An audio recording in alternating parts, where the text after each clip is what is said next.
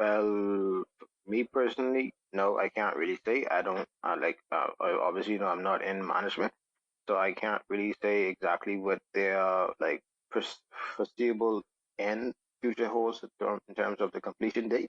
For me, I'm not really sure. This is really a lot of work. It's a ton of work. So I'd Yeah. say maybe if I was to take a guess, anywhere between April, May, or June could be. And you and I talked about it when we talked back in October, right after the storm passed through. Worst Right. devastation you've ever seen. I imagine that you've been to parts of the island now that you were not able to go to in October, and I'm sure you've probably seen a lot worse than in Right. Yeah. October. But how are the residents holding up with the devastation of everything that they had, two, the infrastructure completely gone, no schools, nothing, no restaurants, no hotels, and then no power? How are the residents holding up? Is it still, are everybody still hanging in there, or? Well, I wouldn't say that there's no infrastructure at all, but you still have schools, buildings where the schools were. It's still standing. It's just a matter of repairing, and the repairs have been going on. I'm thinking they're trying to get all the repairs ready for the school year that's upcoming in this year, September. So they're attempting to repair all of the schools on up for September. I don't know if they'll be successful, but they are attempting to do it because, as you can imagine, there's a lot of construction going on right now. So a lot of the infrastructure, a lot of people's homes, pretty much everything is getting rebuilt.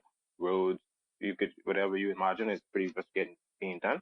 In terms of the morale of the people, usually I work with quite a bit of the guys, but the locals, they seem fine. But in my personal experience, I think it's because they have work to occupy their mind.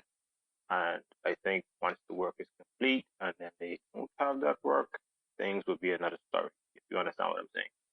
Yeah, because I'm sure, and when you and I talked back in October, a lot of the local, your peers, your coworkers, they weren't even able to report because of the devastation that they had Right, experienced personally.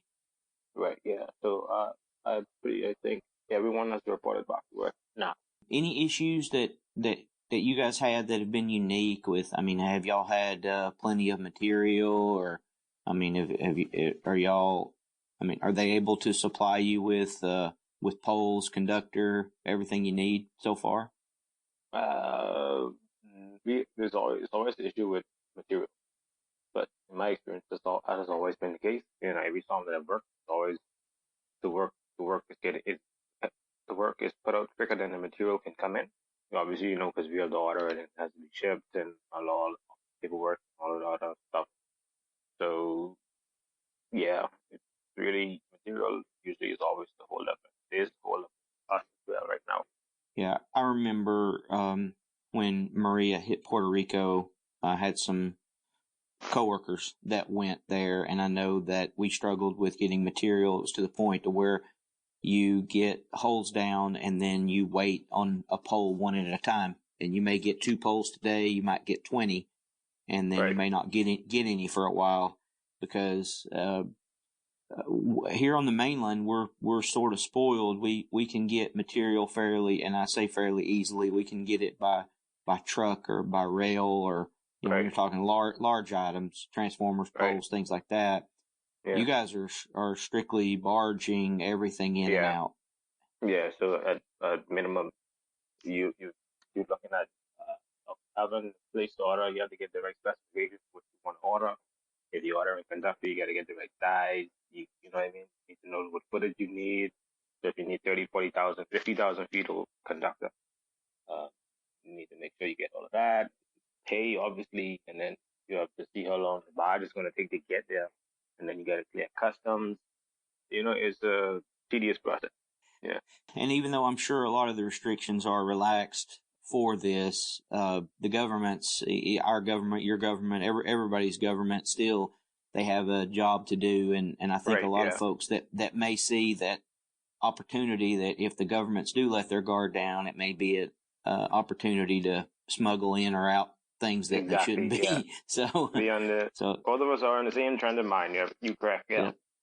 Yeah, so I guess patience is the key for the residents and the employees and everyone. It's just it's hard for us to fathom, because here in the United States, we talked about the Bahamas and the hurricane a lot, Dorian, when it hit. And then, as we approach Thanksgiving and Christmas, and I will tell you that even in the utility industry here in the United States, I'm sure that it's the farthest thing from a lot of our minds, because we don't realize when a storm passes, it may not make the front page of the newspaper after a week, and it may not be on CNN or Fox News or any of the news outlets, but the places that these storms affect are still suffering, and there's still a lot of work to be done.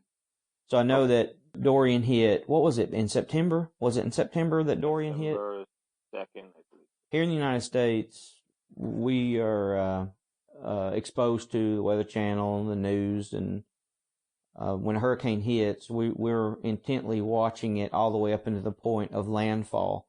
But what I've seen is that after landfall and after the hurricane passes on, tend to forget, because it's not front page news anymore. And it's very unfortunate, because even though that our minds and hearts are with the folks that hurricanes destroy their homes and their countries and everything that they have, because of the fact that we're isolated in a sense to what media is placed in front of us.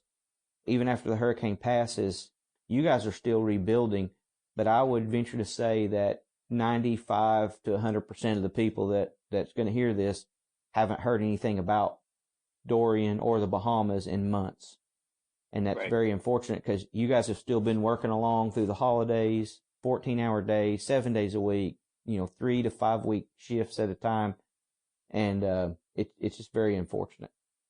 I wanted to get back with you and get an update, and I'd like to stay in touch maybe a little bit more frequently than I have done before. So next time you're back, you can give us an update. I appreciate you dialing in, and I hope that you're safe. Anything else you want to talk about? I appreciate the concern, and safety is the number one value. So yeah, I completely agree with your statement regarding that. Yeah, so I know you and I talked about this before, and I know you said you weren't in a position to ask for anything or agree to anything, but if you need anything, and if your coworkers need anything, all you got to do is let me know, shoot me a message, give me an address, and I'm sure that we'll get it to you under the table. whatever you need that's legal. It's got to be legal. It's got to be legal, Donovan. Don't. I'm hoping that you guys have had your share of hurricanes, and that 2020 is a good year for you. Could use a break. Yeah, that could stay out to sea for sure. Because the Bahamas have so many islands, and it's so spread along.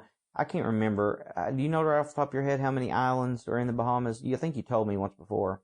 It's, I believe, 13 or 14 that are inhabited, but in total it's like 700 islands and keys. That's insane. Yeah. So, and it spreads such a large geographical area too. So when a hurricane does approach from the African coast and make that turn, the Bahamas more than likely is going to get part of it. Some part of the Bahamas is going to get some of it. So, hey, listen, I appreciate you taking the time this morning before you head to the airport. Hope that you're safe, and keep sending me the pictures, keep posting the pictures. And if you need anything, shoot me a message. Or if you're able to talk and want to talk while you're there, if you see something or whatever and you want to check in, that's fine too. Just let me know. I really appreciate it. Be safe, and our prayers and thoughts are with you and the folks in the Bahamas. Thank you, Mr. Adams. I appreciate it. Yep. Thanks so much, man. We'll talk to you later. Okay. Bye-bye. All right. Be safe. Thanks. Bye.